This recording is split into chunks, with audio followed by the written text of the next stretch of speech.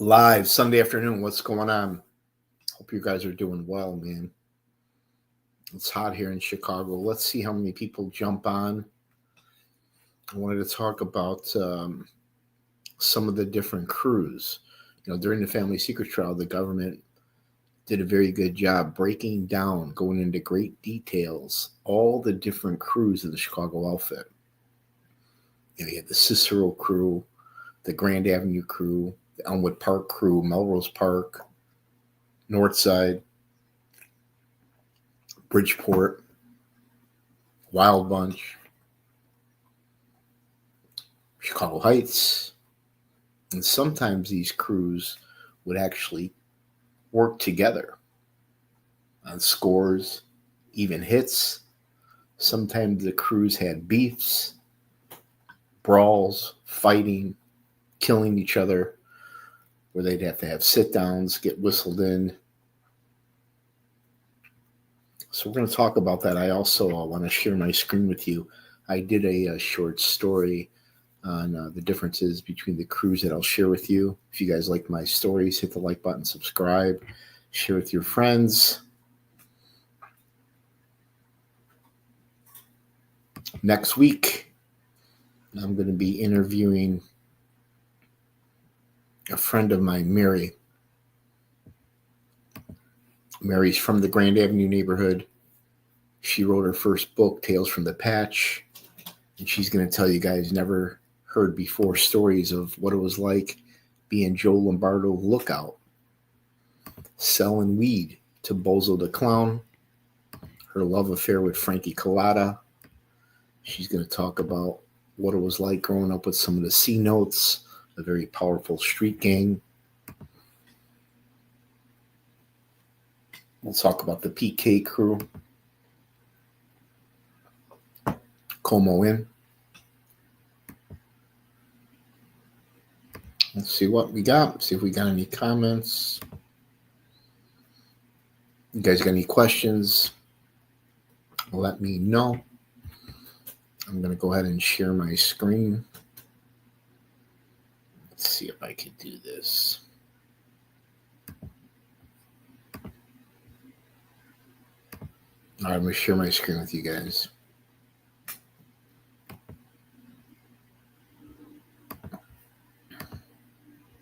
This is a video I did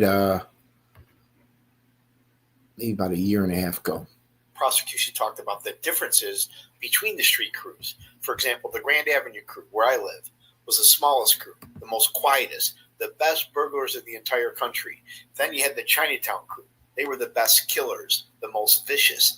Then you had the Wild Bunch crew on Taylor. They would wear ski masks, shotguns, kill people broad daylight, like New York style. Then you had the Northside crew. They were the money crew. Now, the prosecutor at the family secrets trial, John Scully, he said that Joey was the boss of the Grand Avenue crew.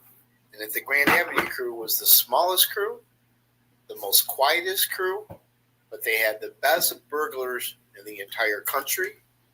Joey Lombardo denied being boss of the crew and told the judge that George Bush and Dick Cheney had a bigger crew. Now, years ago when Joey went to prison, he left over the reins, left everything to Jimmy Boy Kozel and his family. Jimmy Boy was a very powerful guy in the union, not only throughout Chicago, but throughout the state of Illinois. He also owned the Kozel compound, where all the boys back in the 80s and 90s used to get together and socialize. Probably one of the most dangerous guys in the Grand Avenue crew was Frankie Schweiss, a.k.a. the German Hitler. Allegedly, he killed over 100 people. He was under Joey's control. Joey's probably the only one that can control him. This gentleman was talked about a lot at the family secrets trial. He was actually one of the defendants, but was too sick to stand trial. He was the alleged triggerman in the Alan Dorfman hit and many others. Now, going back to the Grand Avenue having the best burglars in the country, here's Jimmy Legs, a made member of the Grand Avenue crew. This guy was a master thief, the Michael Jordan of thieves, if you will. He was also Joey Lombardo's driver when Lumpy got out of prison. This guy has a lot of family and friends in the Grand Avenue neighborhood. He was very well liked, very well respected, and it's nice to hear all the stories about him. Now, in the back of the photo, a legend in the Grand Avenue neighborhood, the late, great Mikey Switek. He was part of the Grand Avenue crew, worked directly under Joey Lombardo. This guy was a master in explosives, one of the best thieves in the United States. He said to me during the pandemic, during his day, if you wore a mask, you'd get pinched. Now, during the pandemic, if you don't wear a mask, you get pinched. I remember having coffee with this guy and bumming smokes and hearing all his stories. Now, back in the day, Harry Alleman, he was the leader of the Wild Bunch crew on Taylor Street, a legend in the Chicago outfit, a notorious hitman, allegedly killed over 150 people. His first murder trial was fixed. They bribed the judge. Harry was acquitted. I went to actually convicted. I'll never forget it. Here's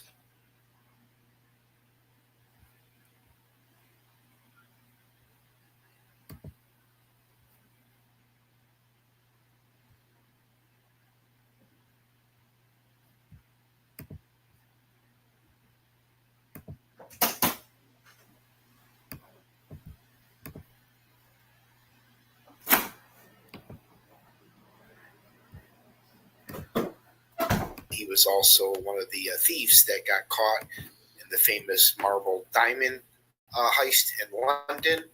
I went to his trial where he was allegedly trying to break into Angelo Petria's house.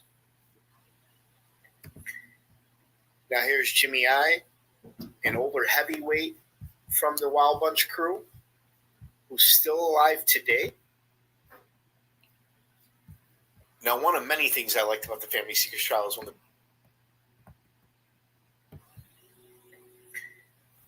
Now here's Jimmy I, an older heavyweight from the Wild Bunch crew who's still alive today. Never got killed.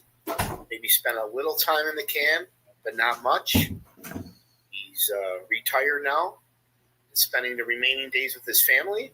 But back in the day, this guy did a lot of heavy work for the Chicago outfit. Now, this is an important photo that they showed at the Family Secrets trial. Here you got two guys from the Cicero crew and two bosses from the Melrose Park crew. Joe Ferriola on the left, boss at the time, his underboss Sam Carlisi to his right, little Jimmy Marcello, the upcoming boss with the sunglasses, and the other underboss, Rocky and Felice. The prosecution alleged that in a McDonald's parking lot in Oak Brook that these four gentlemen were planning and discussing the upcoming Spilatro murders. Here's one of my favorites, Bobby Salerno, member of the Rocky and Felice crew, heavyweight in the Chicago outfit. I went to his trial, the first trial, the Love Good Ship Lollipop trial. The jury hung on Bobby Salerno, convicted all the other defendants. I went to his second trial where his son represented him. His son Alex was so proud that he represented him. Unfortunately, they found Bobby guilty based on the lies B.J. Jehoda told. Now, another heavyweight in the Rocky and Felice crew was Louis Tomatoes Marino. According to Nick Calabrese, he was one of the men that was in the basement at that house in Naperville when the Spilatros were beat to death. And also, according to B.J. Jehoda, he was one of the men in B.J. Jehoda's kitchen that actually killed the bookie Hal Smith. Now here's Joey Doves, Joey Aiupa. He was the boss of Chicago outfit back in the day. He was talked about a lot during the Family Secrets trial. And according to Nick Calabrese, right before he went to prison, he told Sam Carlisi and Joe Ferriola, I want them both knocked down, number one, and number two, I don't care how you do it, just do it, referring to the Spilatro brothers. Now, these two gents need no introduction. On the left, you got Joe Batters, Tony Arcardo, one of the most powerful men in the United States back then. He actually grew up in the Grand and Ogden neighborhood. And on the right, his underboss, Jackie Cerrone. boss of the Elmwood Park crew. Jackie's family owns most of the buildings from Grand and Western all the way east to Grand and Halston. Now going back to the glory days, the good old days of the outfit, the 1970s, the 1980s, was this guy, Vince Solano. He was boss of the Northside crew, pretty much ran Rush Street. He was one of the guys in the famous family supper photo. When they showed that picture to Joey Lombardo at the Family Secret Trial, Joey denied ever meeting or ever knowing Vince Solano, even though the government had the two of them speaking together. The late John No-Nos DeFranzo, he was the recent boss of the Northside crew and ran his crew a lot differently than some of the other guys. Rather than use violence, they decided to go legit. Stock market, real estate, construction, waste hauling, restaurants, nightclubs, etc. A lot of the guys were a little jealous. According to Nick, he was one of the men that was at the house in Bentonville that took part in killing his Palachos, but was never charged. There's another second in command of the Northside crew, the late Peter DeFranzo. Was never charged, never indicted in the Family Secrets trial. Did spend some time in federal prison back in the day. This guy was a made member of the Chicago outfit. Ran pretty much a legitimate business, but was a serious enforcer back in his day. There's Marco the Mover D'Amico, a heavyweight in the Northside crew. Years ago, he was sent to prison based on Bob Cooley's testimony. Bob Cooley, as we all know, was a snitch, a corrupt cop, an informant. His lies helped put away Marco D'Amico. And this guy, when he got out of jail, he went to work for John No-Nos DeFranzo and his brother Petey. Here's another loyal member of the Northside crew, Mario Renon. I seen him at the Gus Alex trial. He was one of the defendants in that extortion case. This guy is a serious enforcer, debt collector for the outfit. I seen him not too long ago.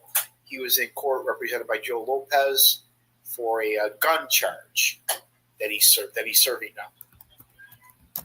Here's the boss of the Chinatown crew, Angelo the Bull, the Hook, La Petria. He was talked about a lot at the Family Secrets trial. He went to prison on the Las Vegas skimming trial back in the day. Ended up dying in prison. Nick Calabrese and Frank Calabrese talked about all the heavy work that they did for the Bull. There's Frankie the Breeze Calabrese, one of the main defendants during the Family Secrets trial. As we all know, his brother and his son testified against him. He was kind of the leader under Angelo Petria and his brother Jimmy of the Chinatown crew. Was a brutal hitman, enforcer, loan shark for the Chicago outfit, and passed away not too long ago on Christmas Day. An enforcer, mob hitman, main guy for the Chicago outfit was Nick Calabrese. He testified to quite a bit at the Family Secrets trial, to committing over 14 murders. He gave information on about 8 other murders that he knew of. He talked about the making ceremony, the day him and others were made. And this guy only got 12 years for the 12 murders that he admitted to. And another member of the Chinatown crew who was talked about a lot at the Family Secrets trial. This guy was very close to Frank and Nick Calabrese. Ronnie Jarrett did a lot of heavy work. He was a loan shark, a debt collector for the outfit, and a thief. He eventually went to war with Johnny Apes and was killed right across the street from his house. Another member of the Chinatown crew, John Big Stoop Faccarata, was killed by his best friend Nick Calabrese. One of the 18 murders discussed at the Family Secrets trial. This guy was known as the best wheelman in Chicago. He was the getaway driver in the Danny Seaford hit. He was talked about a lot at the Family Secrets trial. He would constantly do things that would upset the bosses. Now here's another member of the Chinatown crew, Jimmy DeForty, also known as Poker. He's the guy who loved to play poker. He was talked about a lot at the Family Secrets trial. He did some work and some scores with the Chinatown crew and the Calabrese brothers. And at one point, Frank Calabrese thought that he was an informant and was actually considering killing him. But it turned out DeForty was not an informant. Here's Shorty LaMattia. He was a close associate with the Chinatown crew. Talked about a little bit at the Family Secrets trial. At one point, he was at the club, at Angelo's club, and he walked in the room. He saw all the guys getting ready for a birthday party, which meant they were going to kill somebody. They all had gloves on. This poor guy was so scared, he thought they were going to kill him. I sat right next to his son, Rocky, during court every day. He looked just like his dad. Here's Nicky Ferriola, an old friend of mine from the Chicago Mercantile Exchange. He was a defendant at the Family Secrets trial, but Nicky was smart. He kept his mouth shut. He listened to his lawyer. He did his time, and now he's home relaxing, working a legitimate job. Nicky used to visit Frank Calabrese in prison, relay messages, and ran a multi-million-dollar book operation. Now, Johnny Aves became boss of the Chinatown crew shortly after Angelo Apiccio went to prison. And Ronnie Jarrett did not like the new leadership. Apes whistled him in a few times. Ronnie Jarrett kept ghosting him. And eventually Johnny Aves had Ronnie Jarrett killed right across the street from his house on his way to a friend's funeral.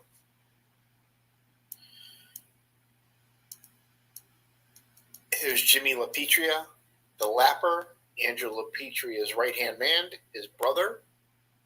Nick Calabrese testified that when little Jimmy Marcello picked him, Jimmy Lapper, and John Feccarata up at Venture and drove them to the house in Bensonville, it testified that Jimmy also took part in killing the Spilotro brothers. Now here's Skids on the left and Toots, Frank Caruso on the right. Two legend Chinatown crew members, born and raised in Bridgeport. Their entire family is highly connected, pretty much legit. I mentioned earlier that I went to Frankie Jr.'s trial, where Frank Caruso Sr. went off on the judge.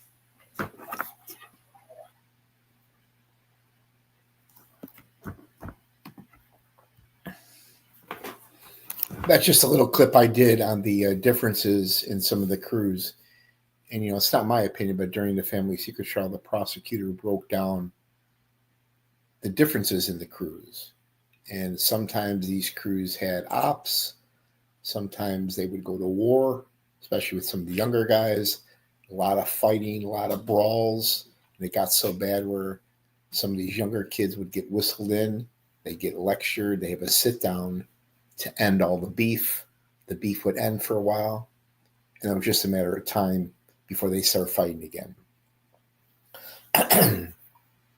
They also went on to say that the Grand Avenue crew, the neighborhood that I live in, was the smallest crew of the Chicago outfit, the quietest, and known for having some of the best burglars, thieves in the entire country, led by Joe Lombardo. Then you had the North Side crew, DeFranzo's crew. His leadership style was a lot different. Rather than lead through violence like Sam Carlisi or Iupa, he decided, no more violence. We don't need these rackets. There's too much money to be made legitimately. So the DeFranzo's crew was known as the money crew. The stock market, construction, real estate, insurance, restaurants, nightclubs, cafes, legitimate businesses, car dealerships. And some of the other crews were jealous of the North Side crew because these guys were making all the money. Then obviously you had the Cicero crew, Melrose Park guys, the Elmwood Park crew. They also went on to say that in Taylor Street, those guys were like cowboys. Their MO, after they would get a tail on a guy, would be ski mask, shotguns, blast the guy away, broad daylight, sometimes even leaving witnesses, hence the nickname Wild Bunch, led by Harry Elliman. Then you had the 26th Street crew, led by Angelo. That was the best killing crew. If they had an important guy to kill, most of the time they would give that contract to the 26th Street crew. And if other crews were having a hard time killing a guy, they would cancel the hit and give it to the 26th Street crew. So they were known as the best hitters, the best killing crew. This is according to the government, the Family Secrets trial. Some people disagree with that. Well, here I'll show some comments. Yeah, Ace says the money flows north. Absolutely. The North Side crew was known for the money crew. They made all the money, mostly legitimate. Let's see what else we got. I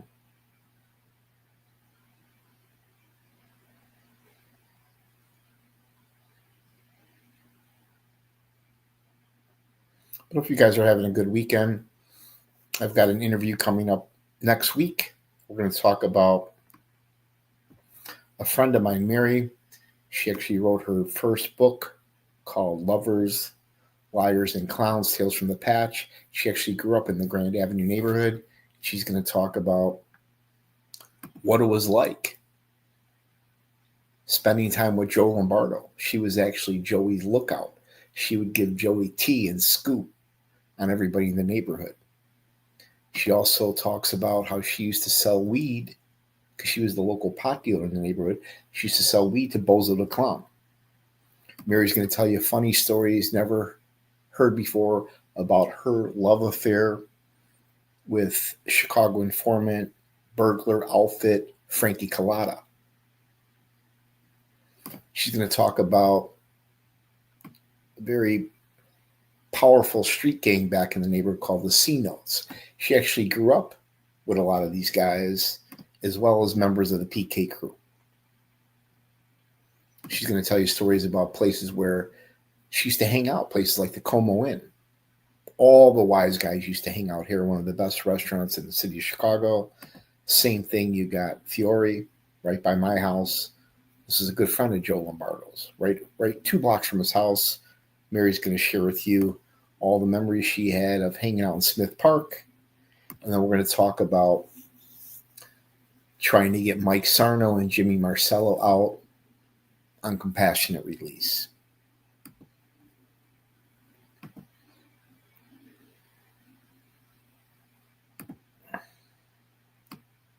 Let's see if we got more comments here. Gerard, what's going on, man? Hope you're enjoying your Sunday. Detroit, one thing about the Detroit family that I learned, they were the smallest crew in organized crime. They sat on the commission, and they kept it in the family.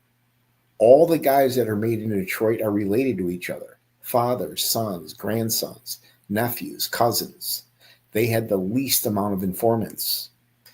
And unlike a lot of the guys in New York,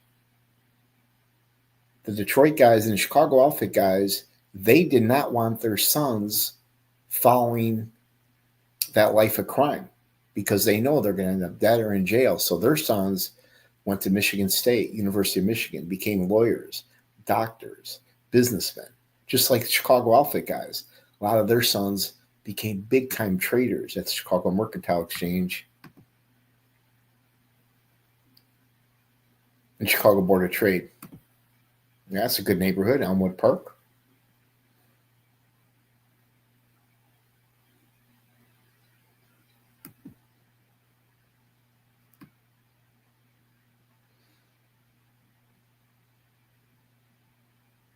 But hope you guys like some of my stories. You know, I was very fortunate back in the day from the early 1990s to the mid-2000s. I was very lucky to attend some of the biggest mob trials in Chicago.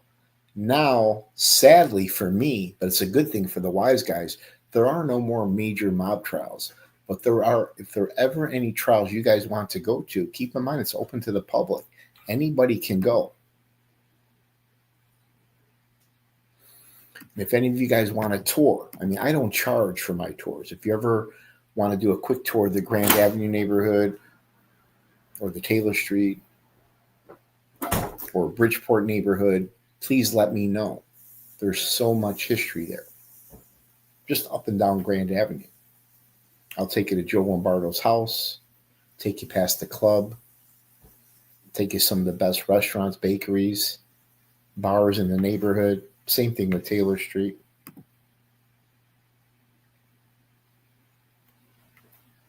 What's going on, Angelique? Thanks for tuning in.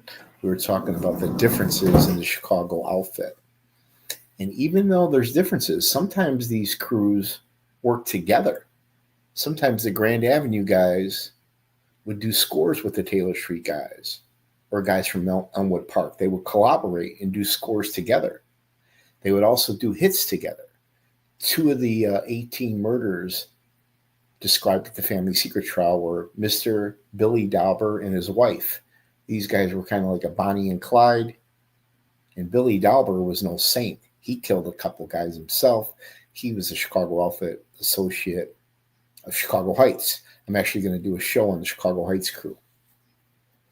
But Billy Dauber and his wife were coming out of court one day, and 2 crews collaborated together to work together. You had the 26th Street crew, guys like Ronnie Jarrett, Frank, Nick Calabrese. They were working together with the Wild Bunch crew. You had Butch Petroselli, Scarpelli, and Scalise. And Ronnie Jarrett and Frank Calabrese put a tail on the Daubers as they were coming out of the Will County Court building. They ran them off the road. And then in the work car behind, Butch Petroselli, and I think it was Scarpelli or Scalise, I was confused those two. They got out and shotgun blasted, killing both husband and wife. So that was the Dauber murders.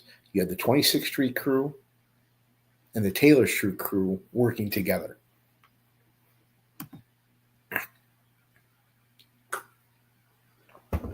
Thanks a lot. Thanks a lot, Johnny Roach. Now, if you guys ever want to email me, it's JIMLACH65 at yahoo.com. I probably have 25, 30 videos, prior videos that I did that I had to put on the shelf. The reason, there's been a couple heavyweights that have came up to me and said, listen, Jimmy, quote, no more articles. So I immediately go home and block those videos because there's certain guys that I can't talk about, and they definitely don't want their name and story put out there on Front Street.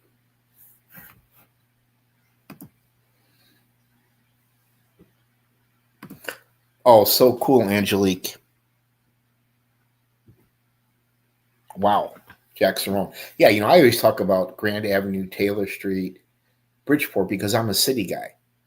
But like Angelica says, you can go to Elmwood Park, Oak Park, Cicero, Oakbrook, and see some of the mob bosses' mansions. Tony Accardo, Joe the Builder used to live in River Forest, right there by North and Harlem. And then Joey Ferriola, Joey Iupa, all had mansions there in Oakbrook. You can go past Mad Sam DeStefano's house in Oak Park, as well as that house in Bensonville, where the Splatcher brothers were killed. Although that house has been leveled, you can go see Calabrese home. You can see the Splatcher home. You can see where Mad Sam Giancana was killed. So yeah, that's pretty cool. There's also a couple cemeteries there, right there in these suburbs. Elmwood Park, River Forest, Oakbrook are only a stone throw away from Chicago.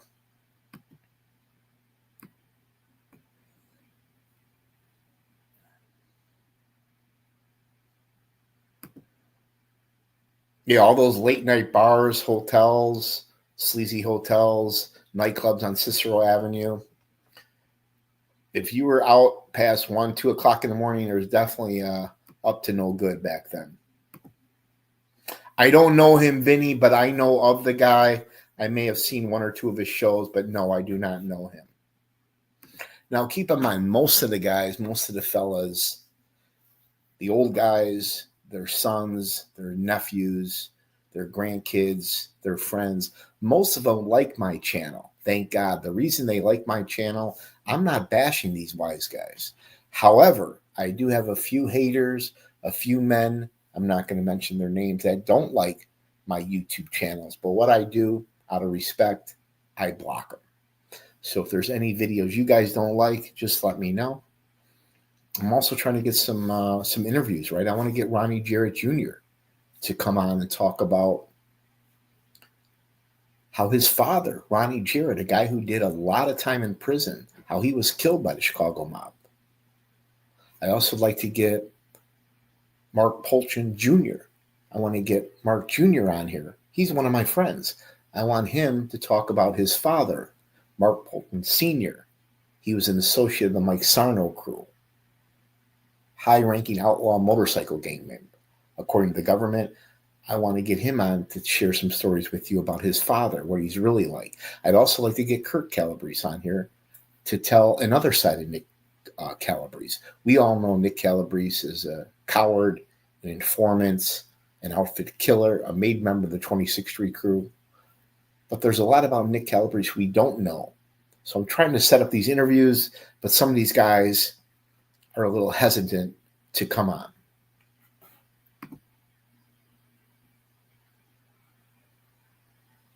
Yeah, she's coming on this week. Her name is Mary Frangelo. She wrote that book, Tales of the Patch, Lovers, Liars, and Clowns. She's an older woman. She's a friend of mine, a fan of my show. She lived in the Grand Avenue neighborhood, and she's coming up this week. We're going to do a pre-interview, a pre-screening Monday. We'll edit it, and then we're going to post it out there. But she's got a lot of never before heard stories. She's going to talk about Joe Lombardo, Frank Calabrese, and some of the other guys. So that's coming up, man. Here she is right here, Mary.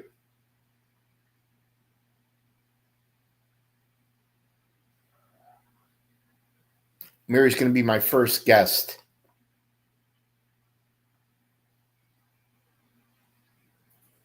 Hi, Mary. Hope you're having a good Sunday. But check out Mary's book, Tales from the Patch, Lovers, Liars, and Clowns. You guys will love it. Yeah, Tommy Siggs is a good guy. He posts a social club every single day, sometimes 2 times a day. That's a good man there living in New Jersey.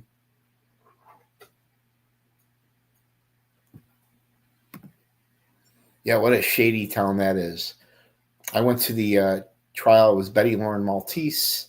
Her, a mob guy, and his son stole $12 million from the town of Cicero. No, I know who he is, but I don't know the guy.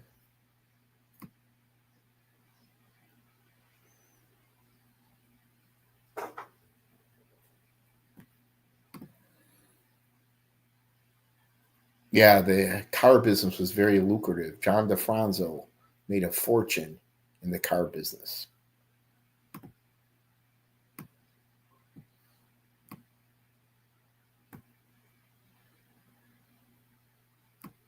Well, I appreciate you guys supporting my channel. I'm working on some new content. Definitely check out the Taylor Street Fest coming up in August, as well as the Elmwood Park Fest and the Melrose Park Fest. Those are 3 of the best festivals in the city of Chicago. A lot of good food, great entertainment.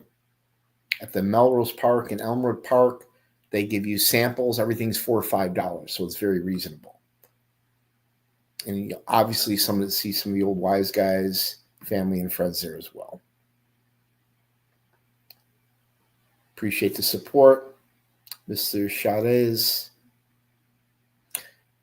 Please subscribe. I need more subscribers. But you definitely want to check out those festivals.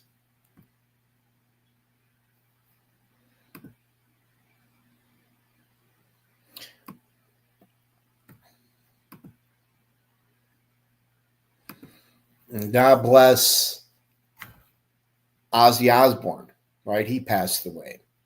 Hulk Hogan, Cynthia Soto, state representative of Grand Avenue. This gentleman just passed away. Thomas Durkin, somewhat of a mob attorney, one of the best defense attorneys in Chicago. I've seen him many times at the Dirksen Federal Building.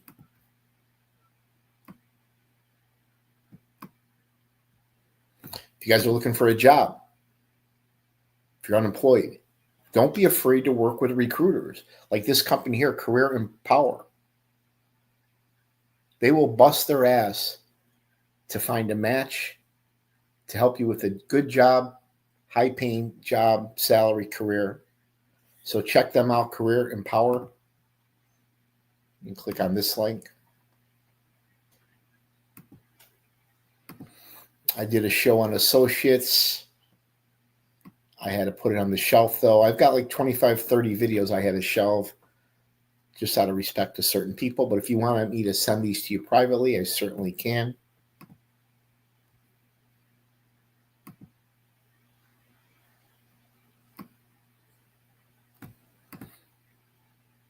Mary and I are trying to get Mike Sarno out on a compassionate release, as well as little Jimmy.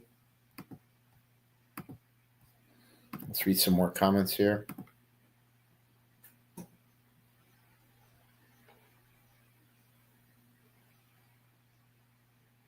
Yeah, the Detroit family, very powerful. I always wonder what the Chicago outfit's reputation was with Detroit, Philly, Boston, and New York. I always ask some of those guys on the web, but I can never really get a straight answer. Yeah, definitely check out Mary's book, Lovers, Liars, and Clowns. You can buy it on Amazon. It's a pretty easy read, just under 200 pages.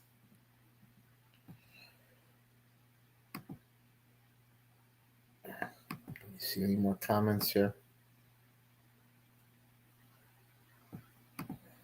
Yeah, Chicago and Detroit, as I said many times, had the least amount of informants.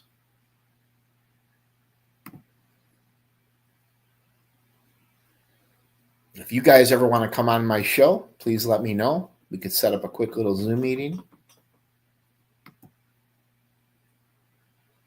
Yeah, that's another cash cow I never even talked about with the Chicago outfit is the produce industry, right?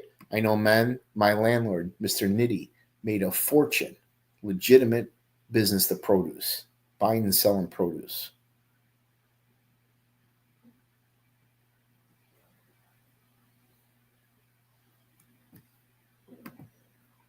That's it, everybody. Have a good weekend. Be safe out there. Stay tuned for more. Ciao.